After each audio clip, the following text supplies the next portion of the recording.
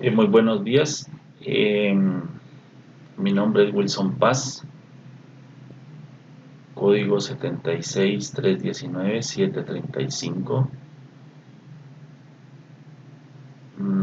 Bien, en este video pues el objetivo es mostrar, ¿no?,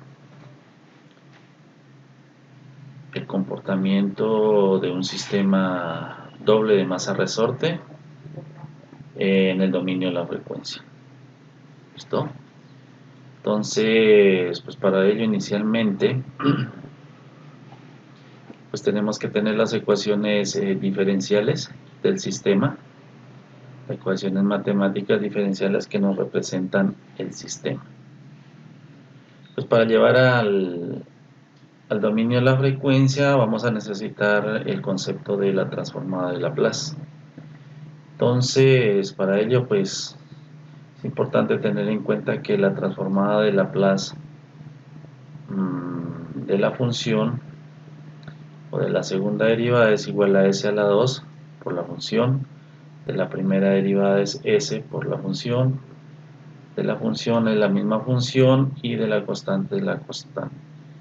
Ya nos queda en el dominio de la frecuencia luego de aplicarle la transformada de Laplace. Entonces, sustituyendo, ¿no?, este concepto acá en estas ecuaciones diferenciales originales, pues se reemplaza con sus equivalencias y se resuelve pues términos comunes, operaciones como sumas y restas, etcétera, etcétera. De tal forma que al final nos quede una ecuación un poco más sencilla, pero en términos de la frecuencia, en este caso en términos de S. ¿Listo? Entonces, para el caso en particular, pues al resolver todo ese proceso matemático, vamos a llegar a una ecuación final, ¿sí?, en función de ¿qué? De x sub 2 y en función de la fuerza. Bien, después de haber tenido en cuenta o de haber resuelto todo ese tipo de procesos y dejar todo en términos de S, pues necesitamos hallar lo que es la función de transferencia.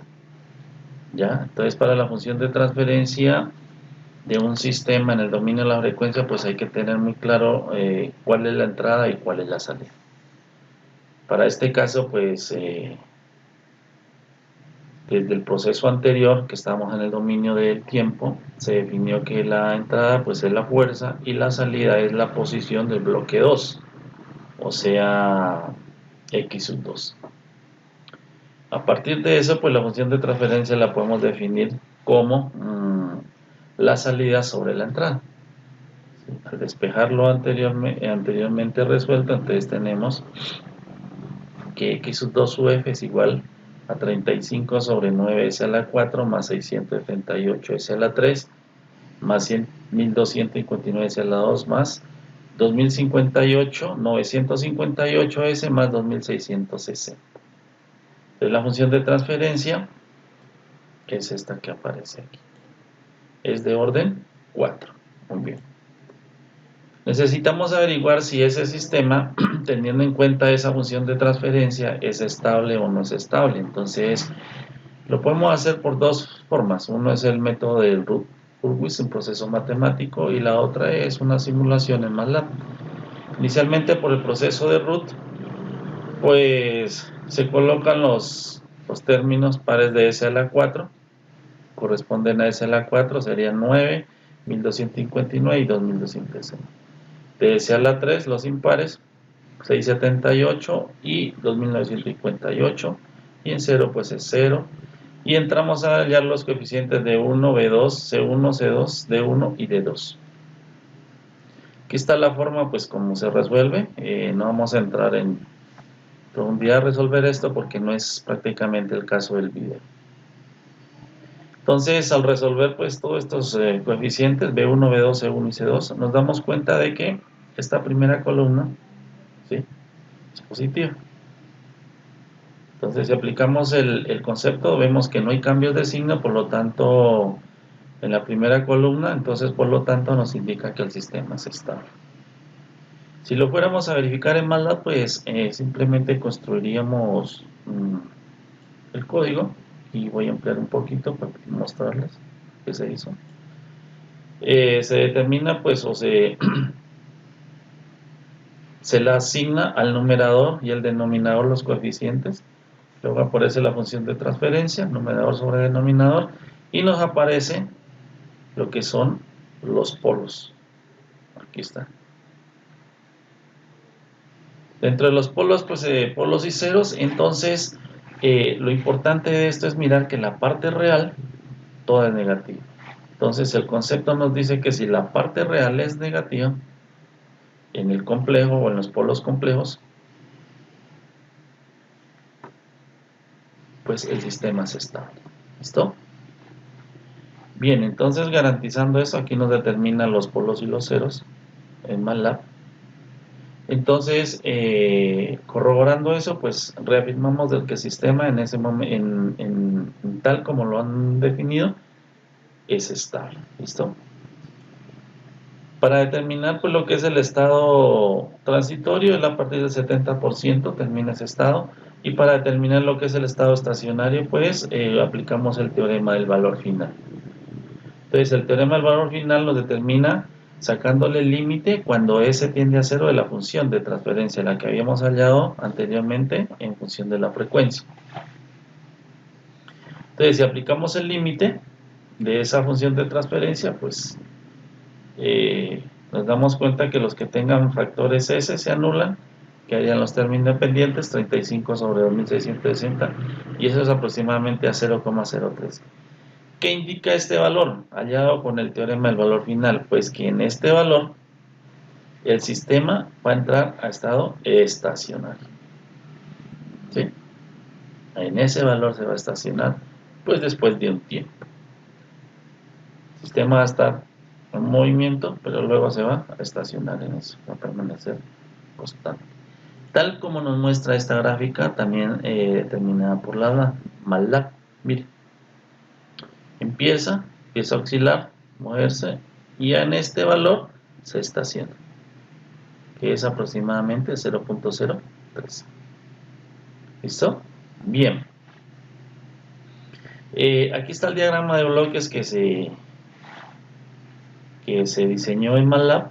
Está la señal de entrada, señal 1, señal 2, el sumador de las señales, está la función de transferencia, y aquí está el visualizador de frecuencias o de las señales como tal.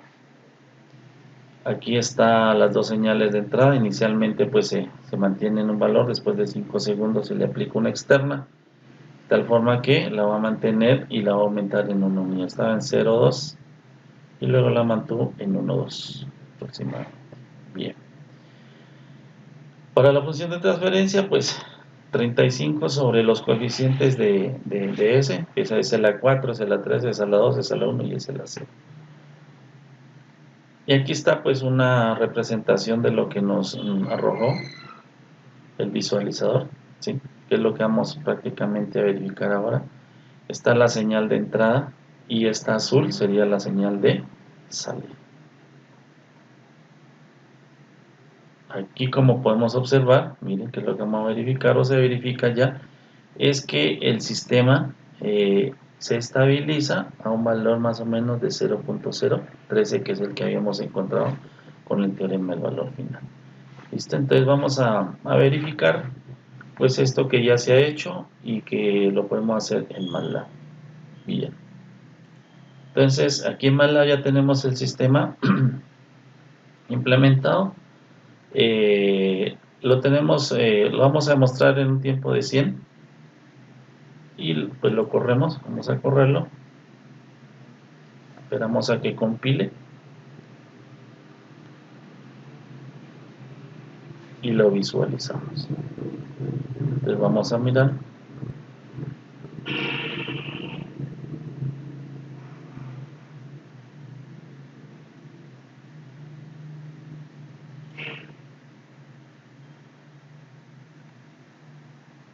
Un poquito poquito lento, pero bueno. Entonces, mire, vamos a correrlo un poquito. Aquí. ¿Qué nos está mostrando la compilación del sistema? Nos está mostrando aquí dos señales, ¿cierto? Una señal que es la señal de entrada, que es la amarilla, y una señal de salida, que es la azul. Pues la señal de entrada prácticamente es la fuerza del sistema que se le aplica ¿a quién? Al bloque 1, a la masa 1. Inicialmente, pues el inicio en 0,2. Al pasar 5 segundos, miren aquí está, menos, 0 a 10, estamos acá a 100, un tiempo de 100 para el muestreo. A partir de 5 segundos se le aplica una señal externa que nos la va a aumentar. En la unidad estaba en 0,2, nos la aumenta a 1,2 y la mantiene. ¿Ya? Pero esa modificación que se hace en la entrada, pues va a tener unas repercusiones en la salida. Si ustedes se dan cuenta, aquí se ven unas pequeñas modificaciones. Vamos a ampliar un poquito la señal de salida como para identificar de que el sistema realmente es estacionario. Vamos a cambiarle aquí a 0.01 y pongámosle aquí 0.1.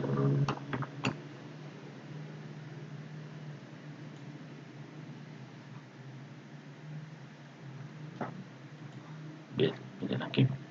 Vamos a subirlo un poquito. Listo. Entonces, como nos podemos dar cuenta, el sistema entra en estado estacionario después de un tiempo, más o menos, digamos, de unos 15-16 segundos.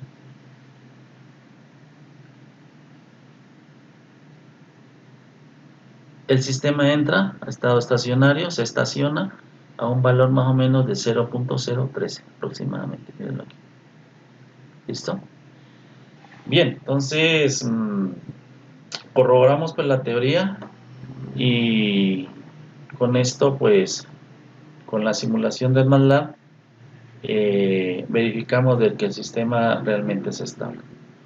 Entonces muchas gracias por su atención y espero pues esperarse encontrarse en otro momento. Muchísimas gracias, muy amable, que tengan un resto de día muy bueno.